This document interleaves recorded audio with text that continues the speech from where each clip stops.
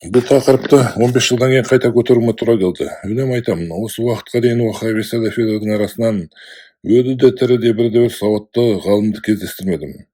Мекке қаласы мен Әл-Харам әлемдегі барша мұсылмандар үшін ең қасиетті орын. Басқаны айтпағанда, тіпті мұнда да ол шайтанның амалы болып табылатын пұтқа табынушылардың белгісін орнатып, оларды исламның символына айналдырды. Мен Аллахтың үйлерінің үстіндегі жарты айды айтып отырмын.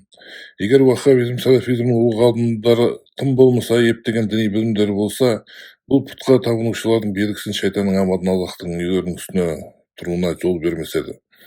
Исламға символдар керек емес, бұл шайтаннан келген бидғат.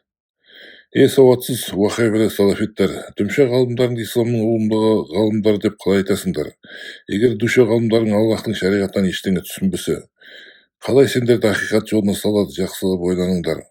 Әлі уақыт бар да ақылға келіп шайтанның секталарының дініне емес, Аллахтың дініне оралыңдар.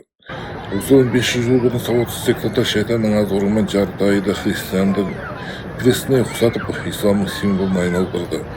Пайғамбарымыз саллаллаху алейхи уассалам кімде-кім яһудилер менен христиандарға ұқсауға тырысса, ол солардың бірі деп ескерткен. Аллах тағала бұл жарты айларды найзағаймен ұру арқылы бірнеше рет белгі берді. Бірақ сауатсыз уаххаби салафиттер мұны надандықтарымен әлі күнге дейін түсіне алмай келеді.